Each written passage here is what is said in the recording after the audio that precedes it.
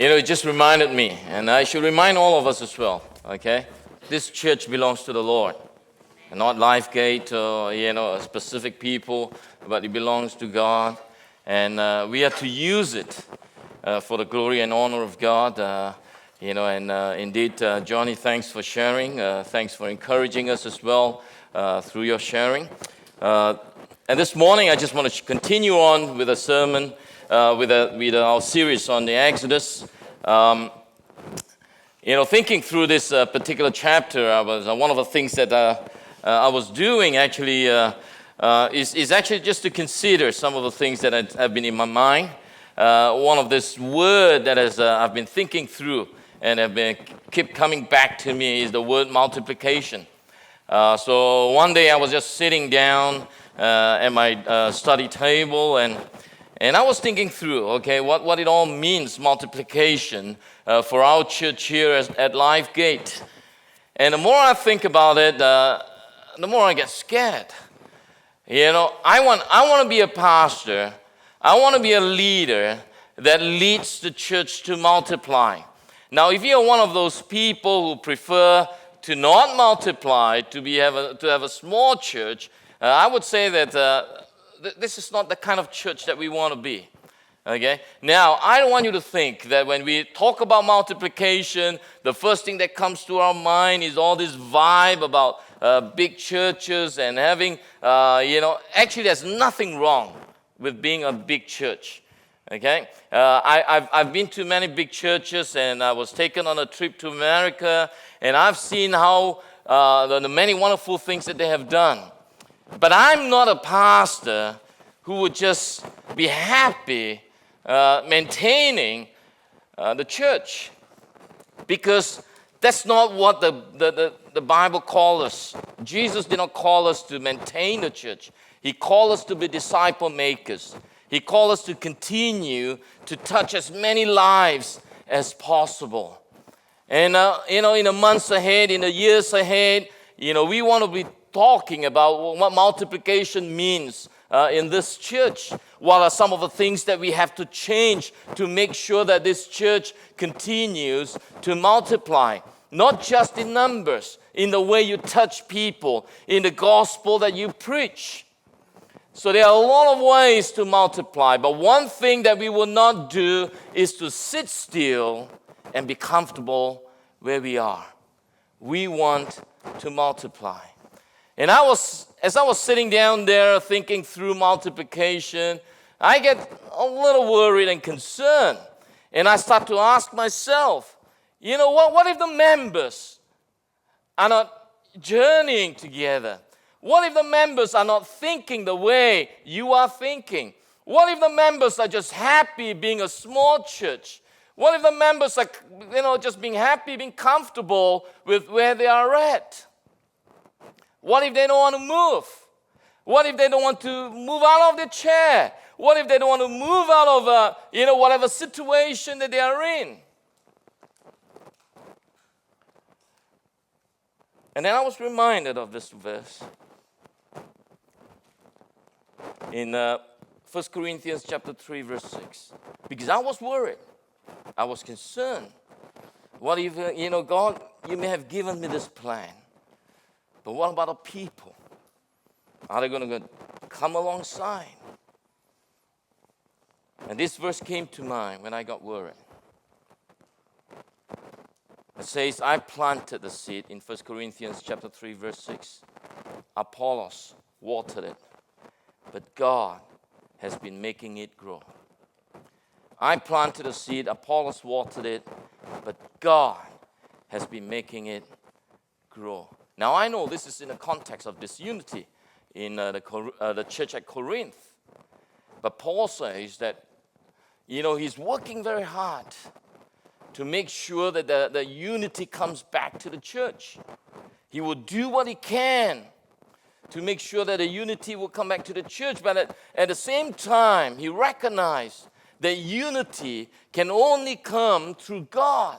He is the one who's going to bring the growth. He's the one who's going to change things. It gives me a lot of comfort knowing that I'm not the one who's going to multiply. I may be thinking of multiplication, but I'm not the one who's going to multiply the church. God is. And I thank God for that encouragement. Because our responsibility is active faith. Your responsibility is active faith, not passive faith. Planting and watering is something that we do. And God's responsibility is multiplication. And that brought a lot of comfort to me as I was thinking what it means to multiply LifeGate Church. And so today, what has it got to do with Exodus? But that's exactly what happened. In chapter 1, verse 7, if you remember last week, Pastor James preached from chapter 1, and it talks about how the nation of Israel, in spite of what Pharaoh did to them, Pharaoh made them into slaves. Pharaoh had infanticide, and he eventually introduced genocide to kill off the whole ethnic group of people.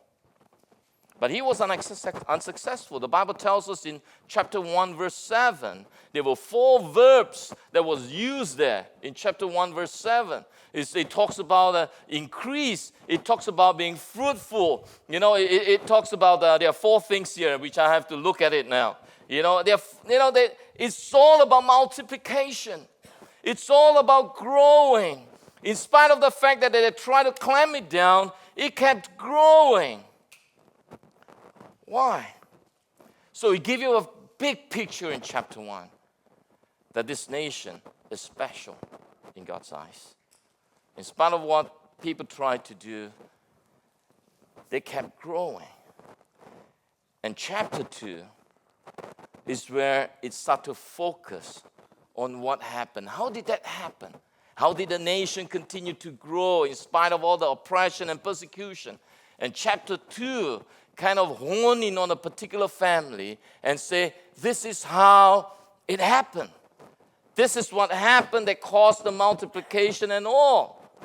This is something that God did through His people. And this morning I want to share with you on the topic of active faith and multiplication, taking your stand for kingdom impact.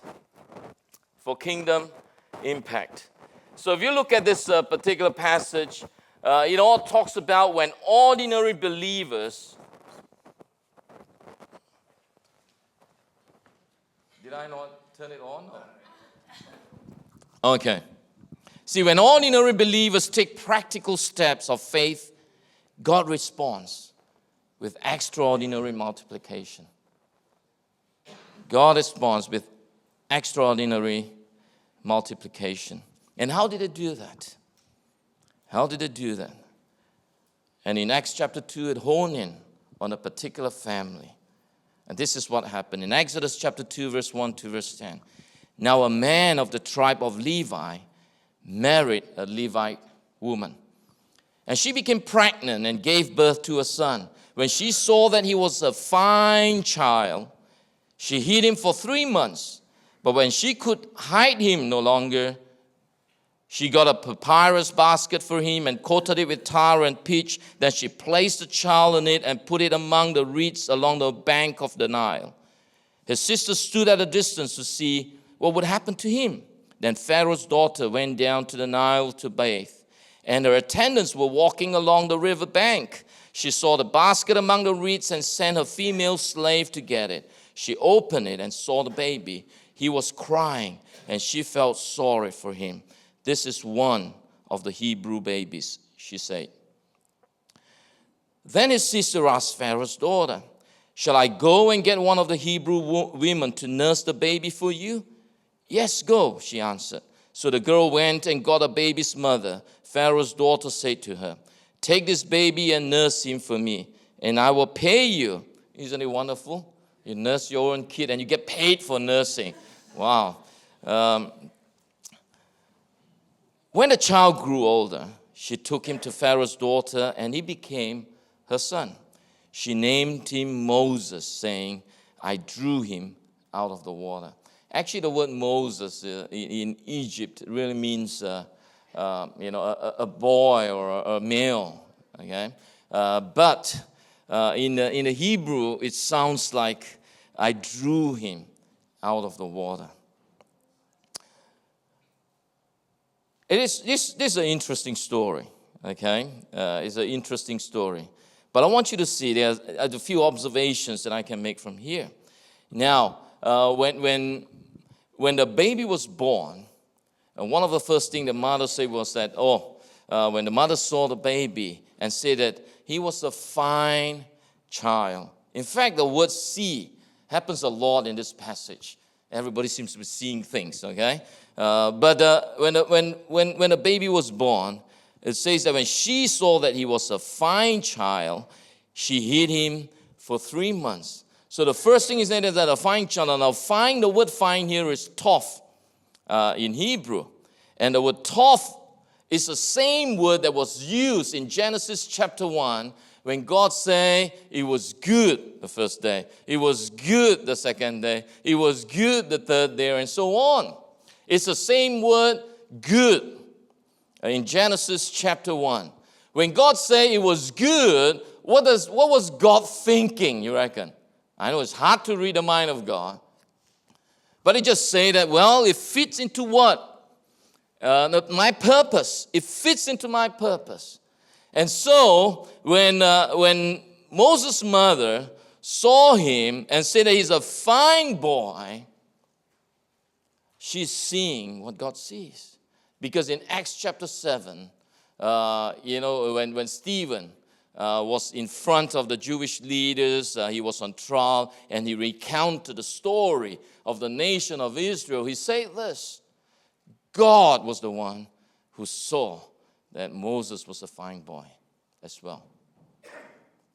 And so the mother was seeing what God sees in this child. Think about it. A lot of us are parents here. And when our kids were born, what's the first thing that comes to your mind when you look at a kid? A lot of times it's physical appearance. We have an idea of what good is, but it's usually the physical appearance. But for Moses' mother, when she saw the child and said he's a fine boy, he was thinking that, hey, he's made in the purpose of God. He's special. There is worth in him. Do you think about your child in that way? When your child was born, that you look at your child and say, wow, he's special in the eyes of God. Because the thing with us is that we always think in terms of human ability, what this child is able to do, what this child is not able to do. We come with that kind of thinking. But when God sees us, he sees us and says, I created you. You are good. No matter who you are, no matter how you look, you are good. And she sees Moses as God sees him. And then you compare to Pharaoh's daughter. And how did Pharaoh's daughter see Moses, see the baby? Now this is what most people will see. They look at a baby and they kind of have an idea of what a baby should be looking like and all, and then they compare it. And when she sees Moses, she pitied him rather than seeing, no matter who this baby is, however he looks, he is made in the image of God. He is special, and he's going to make something out of his life. And the other day we were talking, and James came up with a great idea about, we were talking about how we should learn to pray boldly in our church. All the time we talk about all these problems that we have in life, and we say, hey, let's pray for this problem, or pray for good grades for our kids.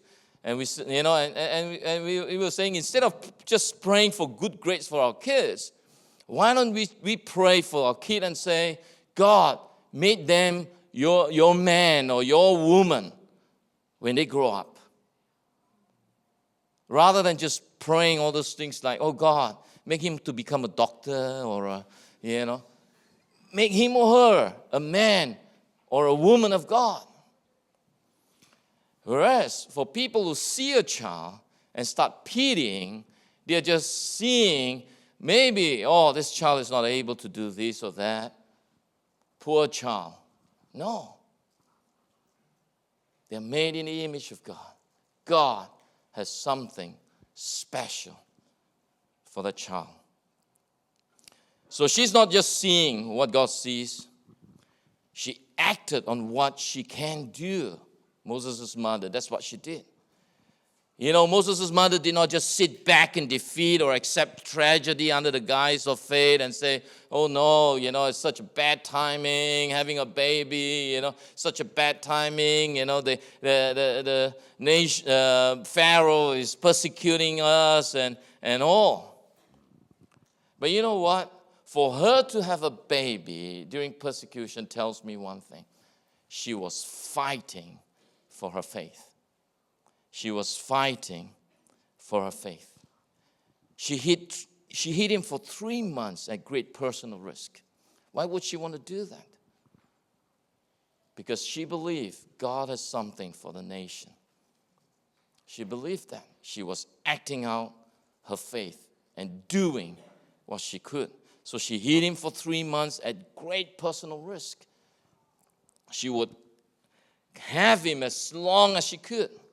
When she could no longer hide him, she built an ark of papyrus. This is what she can do. Coated it with tar and pitch, using the exact same Hebrew word used for Noah's ark. You remember Noah's ark? Same word, and placed it among the reeds. That's all she could do. She positioned her daughter, another thing that she could do, to watch over the basket and act at the right moment. There are a lot of things that are uncertain. A lot of things that she probably cannot do. But whatever she can do, she did it. She did them. And she was one of those women or people whom God sees as a person of faith.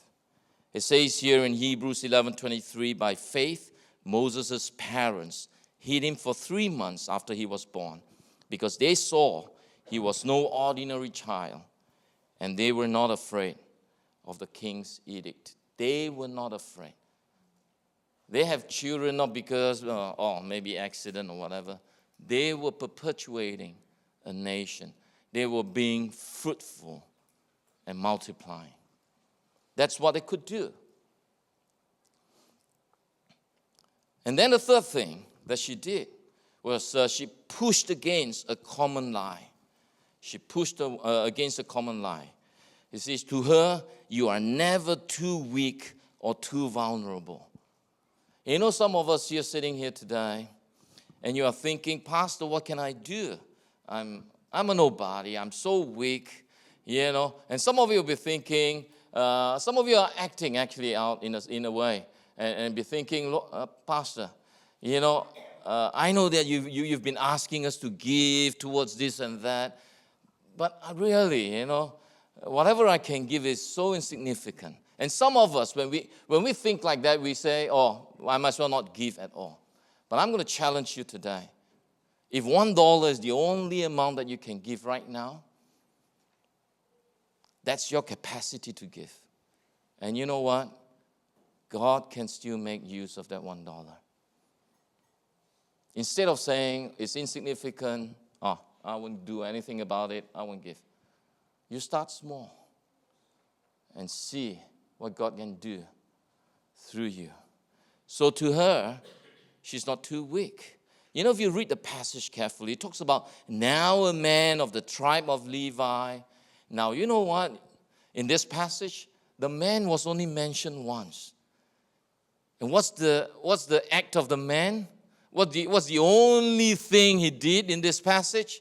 Impregnate a woman. That's all he did. And then after that, nothing was mentioned of any other man. They're all women, except maybe baby Moses. The rest of them are women. They were all women. You know, if you think about it, those were the days where women in the ancient years, they are the vulnerable ones, they are the weaker ones. So they're not as prominent as the men. But the author of Exodus, they want you to know that it is not about this human ability that we are talking about here. These are just ordinary, vulnerable, even people whom those people then think that they were weak. And then if you think about it, none of these characters were named. It is all connected to someone else, like a man of the tribe of Levi, married to a Levite woman. No names. So they're all like related to something else. Even a Pharaoh's daughter, she wasn't named. Nobody was named here. Everybody was nameless and faceless. It's telling us something here, brothers and sisters. It's pushing a common lie to think that you have to be important for God to call you. These are nameless, faceless people. You know, if you read history, there are three great centers of Christianity when at the height of Christendom. Okay, maybe five, but I just give you three. The three cities with this great church: Rome, Constantinople, today it's called Istanbul, and the third one is Alexandria. Alexandria is in Egypt. These were the three big centers of church, or of the early, the church then, okay, at the height of Christendom. But who started these big churches? Who started them? Actually, most scholars think nobody knows. Nobody knows how to start it. It was started by faceless, nameless people. Not Paul, not one of the apostles. Nameless, faceless people. And if you remember in Acts chapter 8, after the persecution, the death of Stephen, and then the Bible tells us that persecution came and the believers were spread all over. And these are the people, nameless, faceless people, not the apostles. The apostles stayed on in Jerusalem, but the nameless, faceless people who were spread all over the known world at that time. And they set up churches as they go. They preach the gospel. They bring people to the Lord and set up churches. Nameless, faceless people. Ordinary people. You don't have to be somebody. You only need to be people who would do whatever you can at this stage in your life. And start small. In 1 Corinthians chapter 1, verse 27, people like wisdom in those days. People like to perform. They will go into a marketplace and they will debate with one another. They want people to know how clever they are, how philosophical they are. And then in 1 Corinthians 1:27, Paul said this: God chose the foolish things of the world to shame the wise. God chose the weak things of the world to shame the strong. If you are weak, well, you're best candidate for God to use. That's what it's saying. The second thing, you have to talk about active faith. The first thing that we talk about is this, that active faith plants seeds of hope. And the second thing is active faith rejects self-centeredness for spirit-led surrender. Exodus chapter 2, verse 11 to 22, one day after Moses had grown up, he went out to where his people were and watched them at their hard labor. Again, he watched. He saw. Okay, the same word that a mother saw him. Now he's seeing the hard labor. Again, seeing from the eyes like Pharaoh's daughter. Pity. Pity. Not from the eyes of God, but from the eyes of pity. So he saw an Egyptian beating a Hebrew, one of his own people. Looking this way and that, and seeing no one, he killed the Egyptian and hid him in the sand. The next day he went out and saw two Hebrews fighting. He asked the one in the wrong, "Why are you hitting your fellow Hebrew?" The man said, "Who made you ruler and judge over us?" Who made you ruler and judge over us? You think you're a big shot? You think you're a great man? You think you're a prince of Egypt? But who made you to be a ruler and judge over us, the Israelites? Are you thinking of killing me as you killed the Egyptian? Then Moses was afraid and thought, what I did must have become known. And indeed, because when Pharaoh heard of this, he tried to kill Moses.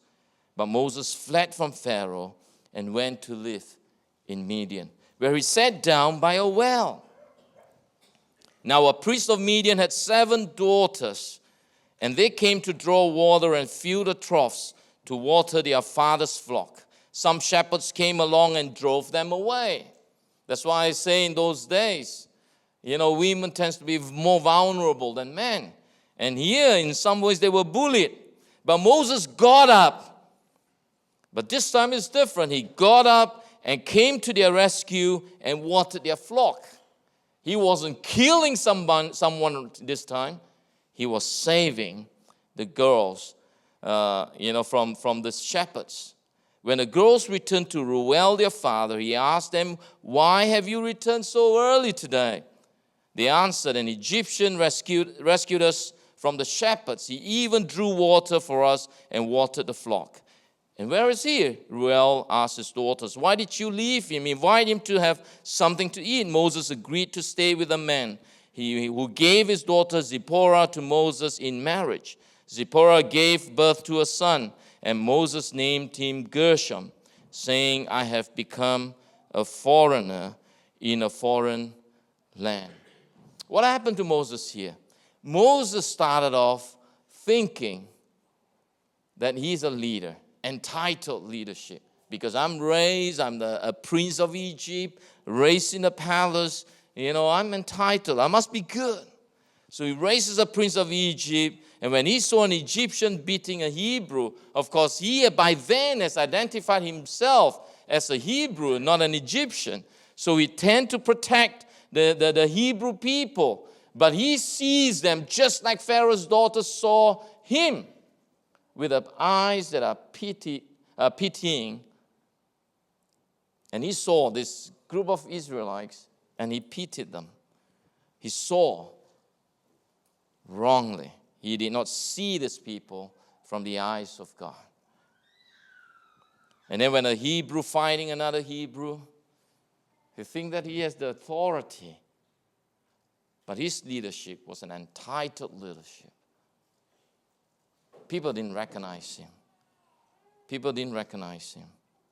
So Moses had to learn that human position cannot produce growth. So Exodus chapter 2, verse 14. So something has begun in Moses' life when he was asked the question, "Who made you a ruler and a judge over us?" You may be a prince of Egypt, but you've got nothing to do with us. It was an entitled leadership. The human hands can plant and water, but human hands cannot make the seed grow. So God appointed leadership. That's when God moved him to another place. Not just entitled leadership, but God appointed leadership. So God moved Moses from a self-appointed prince to God-appointed shepherd. From a scepter, he was given, a staff. And it's the beginning of Moses' transformation. Can you imagine the prince of Egypt, who has got everything done for him, ended up in Midian, next to a well, sitting down there? Sitting down there. That was the beginning of his transformation. So, and he was in Midian. If you read the book of Acts chapter 7, that's how Stephen recounted 40 years in the wilderness. 40 years, in Midian. That's where he was. 40 years. You would think a man who was trained in the courts of Egypt, a man who has all the luxury, all the training, God says you're not good enough. And sometimes it's the same thing as well in churches. We appoint people who are educated. We appoint people whom we think that are well-trained. We appoint people who have experience in the corporate world.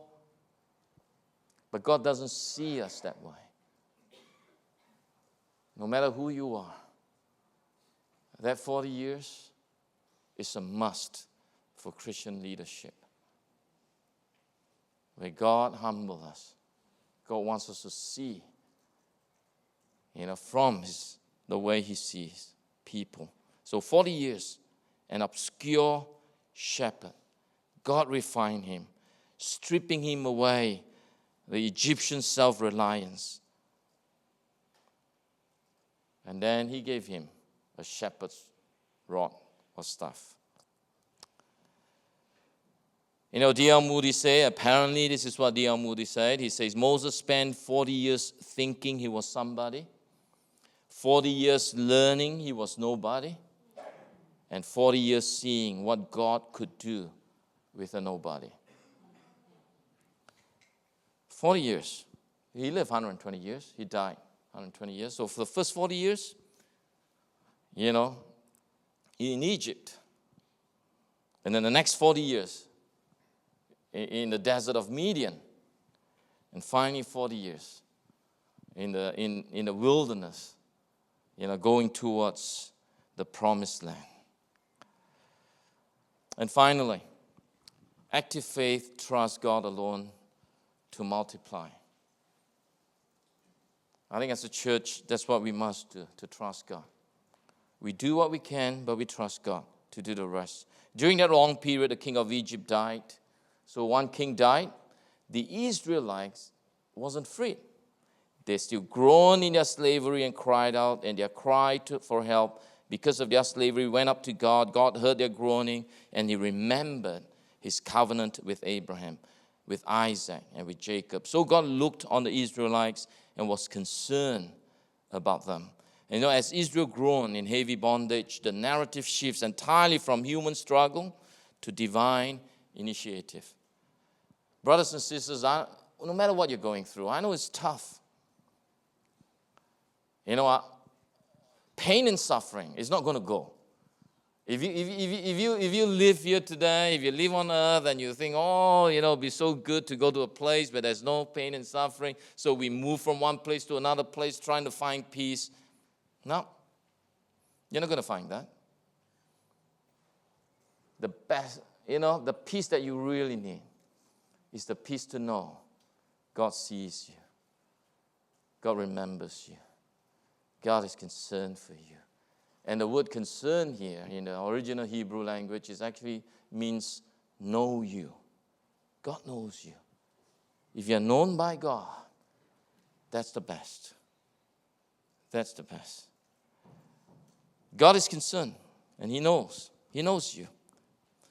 So Pharaoh tried to crush the seed through systemic death, genocide, infanticide, slavery, but Moses tried to force the growth through human potential. I can do it on my own. I'm trained in this and that. Both failed. A true spiritual expansion was unlocked because God saw, remembered, and acted on behalf of his covenant people. We have to trust the Lord, brothers and sisters, while we are going through, whatever we are going through, knowing that he sees us. He knows us. The wicker basket. Let me talk a little bit about the wicker basket. The reason why I want to talk about it is this. I want you to imagine the wicker basket. Moses' mother took the wicker basket The only thing that she could do is actually to tar it up, put Moses in. What else can he do? Nothing else. And he let it go free. The Nile River, right? Not knowing where that river is going to take. But for her, that's God's prerogative. For me, this is what I can do, and I will do it. Tar it up, get a basket, put Moses in. That's all I can do. What can you do today? You know, when you get older, all right. So I'm getting older now. I'm sure most of you know. And when you get older, you know, your thinking starts to change. One of the things that I wanted to do, or I have been doing rather, is that I've made a decision that I'm going to list out, a list of people that have been a blessing to me, who have been a support to me in my journey as a pastor. Or people who have helped me get to where I am today. And I list out the names, and they live all over now. So we have to travel just to say thank you to them. Just to say thank you to them. You know, I have two ladies. I remember when I was in Bible school, one lady, almost like a stranger. We have only met her once. Bumped into us, and then started this whole thing of just coming to our house. I mean, not rudely, but but coming to our house, open our pantry, and stock it up. We were struggling financially. She just came, turn up, stock it up. Every 2 weeks, I think, she would stock up with dry food. And then when she say, "Oh, I'm going to move to Sydney," and then she connected with another stranger that we do not know, and told the stranger, "I'm going to Sydney. Can you help out with this family?" And this stranger walk into our house again. We kind of know her a little bit, not too much. Walk to our place, and this time is even more. Before that, we get bachang, dumpling and all. Okay? Well, those days was incredibly good. But for her now, she would go to the college freezer, open the freezer, stock them up with chicken and meat for us. We were really struggling financially. And this woman helped us. And this lady helped us until we finished with our study. I first came to Australia at the height of that, Paul Keating, 17% interest rate. Okay, if you're cash rich, you laugh those days. Can hardly get a job because I wasn't a PR then, and I was looking for a job and I couldn't get a job. And in the end, I ended up because one guy gave me a job in a restaurant. Gave me a job in a restaurant. And that's all he did. He said, "That's all I can do for you. Give you a job in a restaurant." And your pastor learned how to mix the drinks as well, cocktails and all, but never learned to drink any of them, unfortunately. And we have somebody.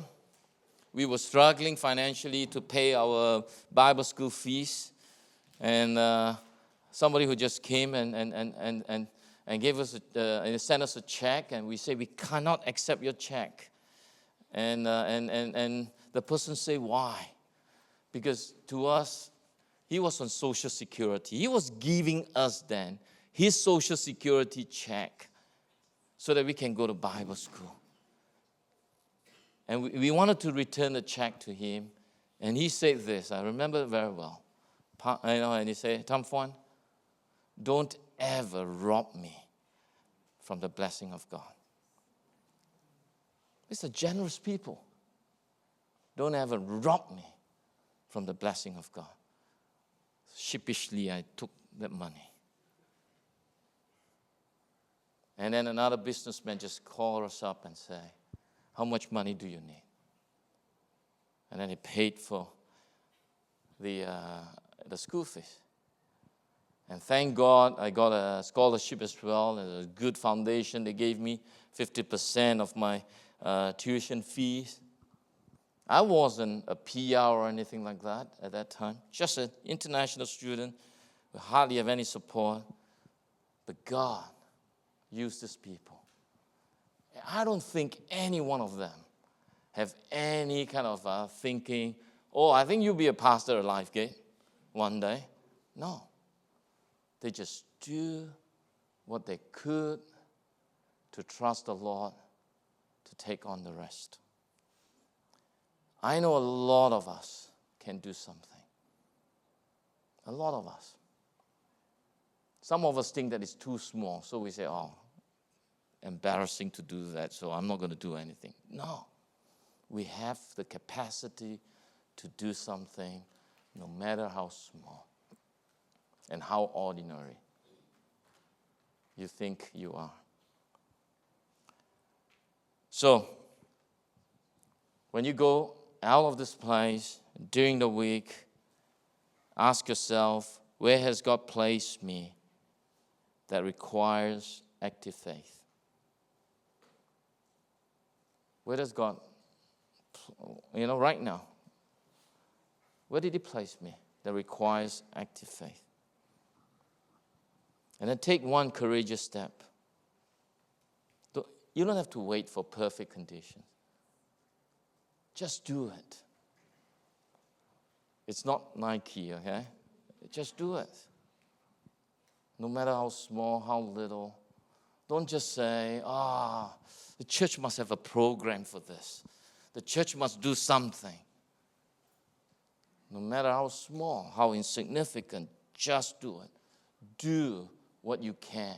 Start small and see what God can do with whatever you are giving towards His work.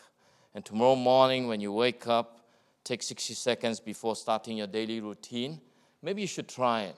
Just try it.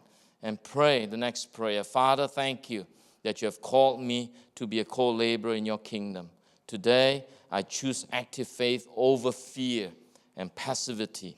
Show me where to plant and water seeds of your love and truth today. And I trust you to bring the multiplication. Amen. Can you do that tomorrow morning? Wake up, say this prayer, and see what God will do during the day. And in fact, I think it's a prayer that you should pray more often. So active faith plants seeds of hope. Active faith rejects self-centeredness. Active faith trusts God to multiply. And I'll just get the worship team to come as we close this morning. And I want you to stand up with me as we close today. But before we close, I want to ask for a response. I want you to close your eyes. And I want you to imagine what would happen if our entire church operated with this kind of active, expectant faith. We're going to sing shortly. But when we sing, I also want you to respond as well to the Lord. You know what you can do today? We keep talking about what you can do. Start with that. Something you can do today is to walk up to the front and say, Lord, this is what I can do. I can come up to the front to be prayed for by the pastors. I can come up to the front to commit myself to you and say, yes, Lord, I'm going to start doing whatever I can for your kingdom. No matter how small, how little, I want to start. And I'm going to ask the pastors and the prayer team to be in the front. Just come right now, maybe my wife. And as we sing the song, I want you to come to the front and respond. This is the kind of the littlest thing that you can do to say, Lord, this is my active faith. This is something I can do. Let's do that.